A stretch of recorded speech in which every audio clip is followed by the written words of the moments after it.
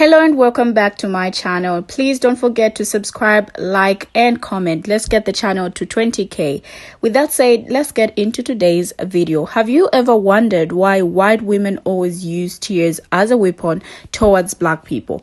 Wonder no more, because in this video we unwrap the secret behind that, and in this collection of videos white women share how crying has been used by white women as a weapon for a long time, especially every time when someone tries to call them out for something they have done. They just go ahead and use their tears. Now, we have seen this audacity of them calling the manager every time, calling the cops on black people, and harassing people. Honestly, this must stop. I don't know if this is what they are taught, but I think they can do better. It is like this is a strategy to always silence black people every time. But let's check out these videos, and when I get back, we unpack all the secrets about it and talk more about this interesting topic. Here are the videos. I will be right back. Listen, babe, I hate to be the one to break this to you, but there is something that we white women walk around with that women of the global majority do not, and it is audacity. There are literally entire accounts on the internet dedicated to demonstrating just how much white women think that they're invincible and have no fear. The very audacity that drives us to do things like call the manager all the time, harass gas station attendants, call the cops on black children, that is the same audacity that drives us to think that we can pet wolves and save bats. We do a stellar job at upholding the patriarchy. We will gladly center ourselves in discussions around feminism, failing to realize that we are not the most qualified to speak on oppression in this society. And anytime somebody decides to match our audacity and call us out for doing this, we pull out the white woman tears, the white woman guilt. You know, what's really funny is back in the day, when slavery was happening, white women would do this thing where we would engage in consensual relationships with black men, but when we got caught, we would turn around and accuse them of rape. Because, you know, we can't be caught slumming like that on purpose. The thing about white women is, in general, we are not humble. We enjoy our nice little cushy place at the top of the social hierarchy that we didn't earn, by the way. We get placed at the top of the hierarchy in society not because we're genuinely better people, but because we were born into the right skin tone. You know what I'm saying? And I know that from these nice little cushy positions, we think we're protected from things like criticism and responsibility and accountability and certain forms of oppression. But times are a-changin', baby. Slowly but surely, white people are no longer enjoying the privilege of being the default. You know what I mean? White people don't like the idea of being classified into a group that actually has like responsibility in society. We really love to walk around like, oh my God, what could I possibly do wrong? I'm white. Like, please don't talk about my skin tone. Like, let's just grow up, honey. We are a part of a group, and we have some very specific characteristics associated with that group. It's okay for us to humble ourselves and make fun of ourselves. And maybe have a little bit of self-awareness too. That doesn't hurt either. Making fun of myself as a white woman does not mean that I hate myself. It means that I'm humble and honest and self-aware enough to realize that I am part of a class of people. I am part of a group. That group has a specific set of characteristics, which is hilarious. And other people are going to make fun of us for this. The same way that white people have been making fun of everybody else for having group characteristics since the dawn of white supremacy. Hi, this trend needs to stop. If you did it and you didn't realize, whatever. But it's not about you being able to cry on command because you're such a good actress. It's about you being able to cry on command and white women's tears being used as weapons against black and indigenous people of color for literal centuries. White women's tears are what got Emmett Till murdered. White women's tears are what started the Tulsa Massacre. None of that is your fault personally, but you are here practicing your white women's tears on your phone and making other people watch and showing satisfaction in how good you are at fake crying. White women are often dangerous perpetrators of anti-blackness. Many see themselves as exempt from perpetuating violence because of their womanhood. However, many white women use this femininity to cause problems for black individuals. When thinking and talking about white woman tears, Dr. Moya Bailey's Misogynoir Transformed, and the essay Mammies, Matriarchs, and Other Controlling Images by Dr. Patricia Hill Collins are helpful reads. The concept of white woman tears is convoluted because it's layered. One must reflect on the historical context, the racial context, and the gender context, as well as how these three work together to create unique violence against Black people. If you are in a situation where you as a white person feel threatened, interrogate that feeling and ask yourself where it's coming from.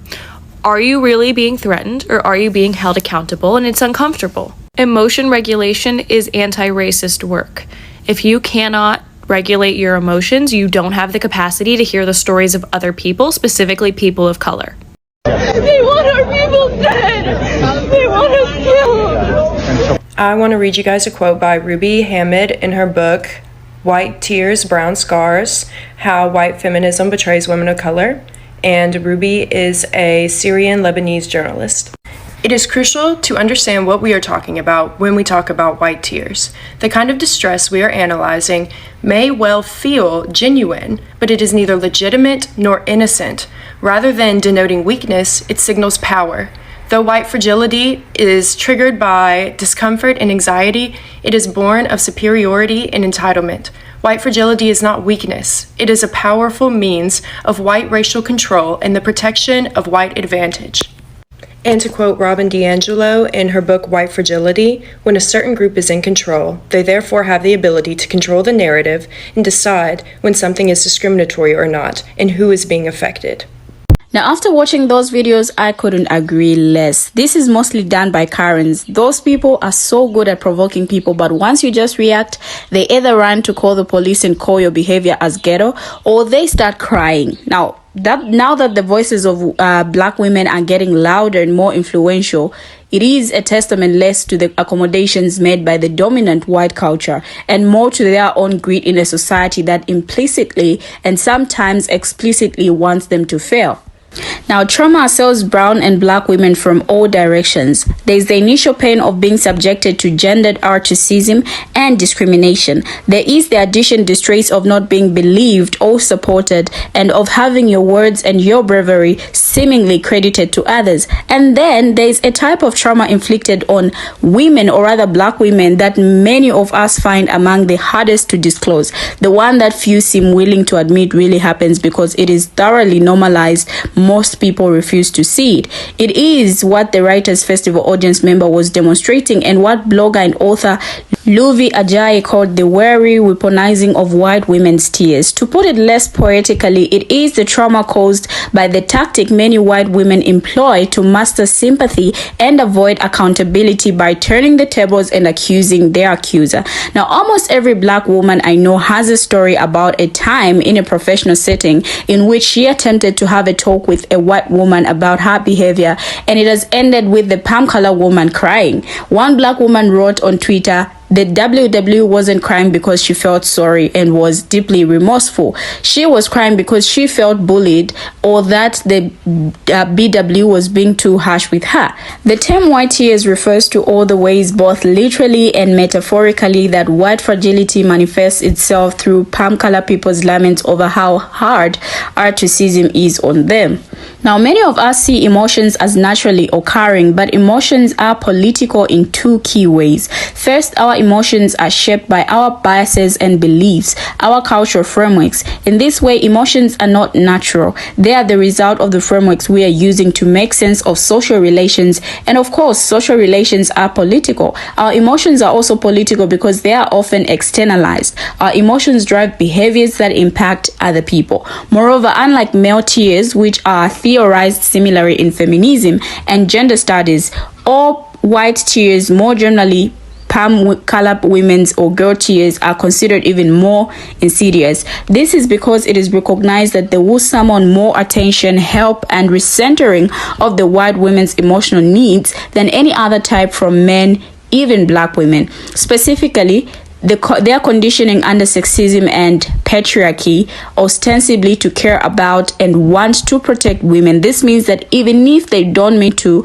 women who shed white girl tears are committing a narcissist act by being too delicate to confront their own complicity in narcissism, and thus putting themselves at the center of concern and interest. One may not note that one of the reasons that palm color women's tears are considered so offensive is that Their emotions are shaped by their biases and beliefs, their cultural frameworks, and many other things. Now, the reactions in the comments were agreeing with these videos, and some even shared their experiences. This one says, my brother almost got suspended over a little palm-colored girl's tears. It starts young.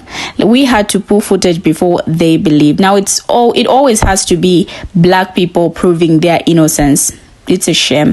WWTs are something else. All these times they call the cops on black women for no reason and crying in front of the cops. This one says, when I was 16, I was working a summer job. A palm color woman accused me of following her. The guy that got me the job knew it was racial and came to get me. I confronted a co-worker about her toxic and rumors she keeps on spreading, and she ran out, started crying to everyone and accusing me for harassment. I hate this trend. I so hate this trend. These are some of the comments from people. Some are sharing their experiences. If you have ever experienced this, kindly share your story in the comment section. Thank you for watching and see you in my next video.